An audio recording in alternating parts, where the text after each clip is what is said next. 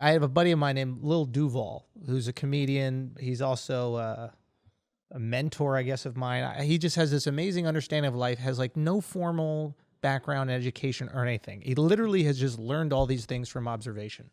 And he kept saying something to me, and I'm sure it's in a lot of books and stuff like that, but it's something I always like think about. And he goes, it's all about perspective, man. And he'll like say very few words. He won't like explain much to me. He'll just like say a few words and then just kind of like move on or just like hang up the phone.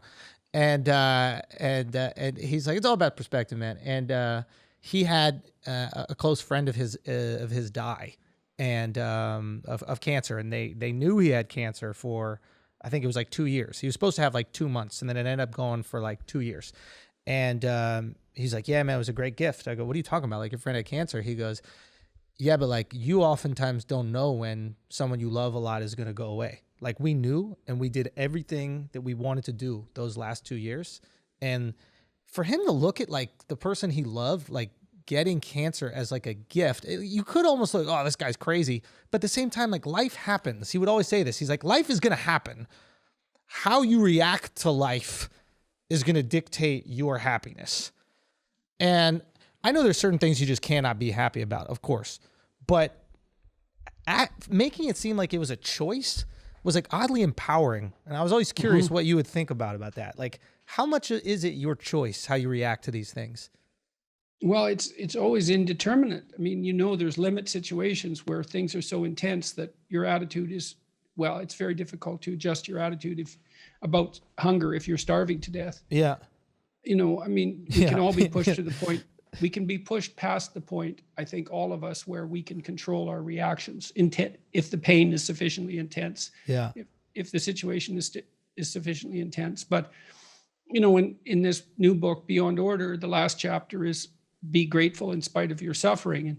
And it's, I suppose, a discussion of the possibility of adopting that as a goal, a decision to be grateful. And I think that you can make that a decision to some degree. Yeah. And it's a fight worth having, because it's better to be grateful than not to be. And maybe that's even somewhat independent of your situation. I know when I was particularly ill and I was bitter because of it, then I was worse off than when I was ill and I wasn't bitter because of it. So I did what I could to adjust my proclivity for bitterness, because it didn't seem helpful. And so, we do have this scope of decision making that we're always testing out.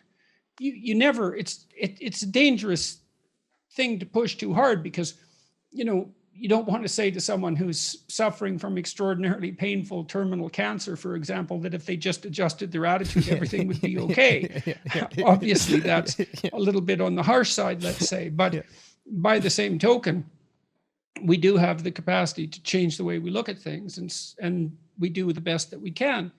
I mean, the fundamental ethics, I suppose, that people are encouraged to adopt have a fair bit to do with decision about what attitude you're going to take. You're going to tell the truth, or you're going to lie? Are you going to be grateful, or are you going to be bitter? Are you going to try to care for other people as if they're valuable, or are you going to always put your immediate gratification first? These are all, at some level, decisions. Yeah. And they're also articles of faith. People say, well, you should never believe what can't be proved. But there's lots of decisions you have to make in the absence of proof. Yeah. So, for example, if I say, well, you should be grateful in spite of your suffering, I'm suggesting that you take that as an article of faith rather than anything that could ever be proved, because I can't really see how it could be proved. Yeah. It's a decision. Yeah. Sometimes I feel like religion was designed to trick people into being happy. Right? Yeah, well, you never know. That's not such a bad trick then, is it? It's not a bad trick. Like what if you and your boys figured out all these like life hacks? They're just life hacks. And you try to tell people, and they don't seem like they would make sense. You're just going up to people like, look, if you help people out, you're going to feel better. And the average person is like, man, I'm trying to help me out. Why the hell would I help someone else out? And you're just like, dude, trust me. If you do it, you'll feel better. And most people are operating like maybe a little bit empty. They're just trying to fill their tank a little bit, just trying to fill their tank. So they can't even put it together in their mind that if they help someone else out, that would fill the tank. They think it would like take some gas away from the tank. And like, what if all these rules, right, or just these very simple life hacks, and in order to get people to be happy, they had to say, oh, no, you'll go to heaven, or this is from God. What is this? Well, Is just I guess man-made life heaven in hacks. part is maybe where you end up if you do things right? That's the idea. Well, you have heaven now on earth. You live heaven. You get to enjoy your time here if you live like this. That's how I always looked at it. Maybe, well, when you live correctly, in the moments that you live according to the dictates of your conscience, when you're doing things right, is there any other time that you feel as good as you do then? Not even close. I mean, drugs. Right. Yeah. Well. Yeah. that's the. But only that's for cheating. a short time. Exactly. Yeah. And then you pay the price. I pay the price. There's I remember I did a drug called Molly, right? MDMA, whatever, ecstasy. I'm not a big drug guy. I would go to this thing called Burning Man, but I've never been a big drug guy in my life, right? Drink a little bit, but I've never done any like the hard stuff. And but what it does is it gives you this super boost of like, I guess it's serotonin or something like that. And it was for the first time in my life, I felt like way excess feelings of happiness, right? Like my tank was full and then some. And the enlightening experience I came out of it with was when I had that excess, I didn't want to hold it. I literally was calling friends and going, oh my God, I love you. You're the best, this, that, the other. That's what I did with my extra. I didn't store it. I didn't put it in a fucking bank vault. I did nothing but give it away. And I was like, wow, that's kind of cool that if I can get myself to full, what I'll do without anybody pushing me is try to get other people to full. You know? And that's a hell of a realization. I don't think I'm alone in that. I think a lot of people. I don't think you are either. I think that's how it is. So does that mean that we're inherently good if we can just get to full?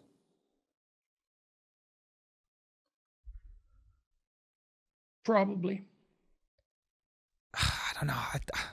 I mean, look, it does seem to me, you put your finger on something that's exactly right there, I think, is that, you had intense enough joy so that you wanted to share it. That's what happened. You didn't want to keep it all for yourself. And there is intense joy in making other people happy. I mean, look, you're a comedian. What are you trying to do? You're trying to make other people happy. That's your goal. Why is that so rewarding? I mean, partly it's because there's a recognition by the crowd of your value. You're 100%. witty, you're sharp, you're creative, and that's reassuring and flattering. But that isn't the essence of it. The essence of it has to be that you're there to serve the audience. You're paying attention to the audience. You want their approval. Yes. But not in a false way. You actually want to be funny. You want to provide something of value. Yep. And if that's genuine, they're going to see that in you, especially if you work hard at it. And then that is rewarding.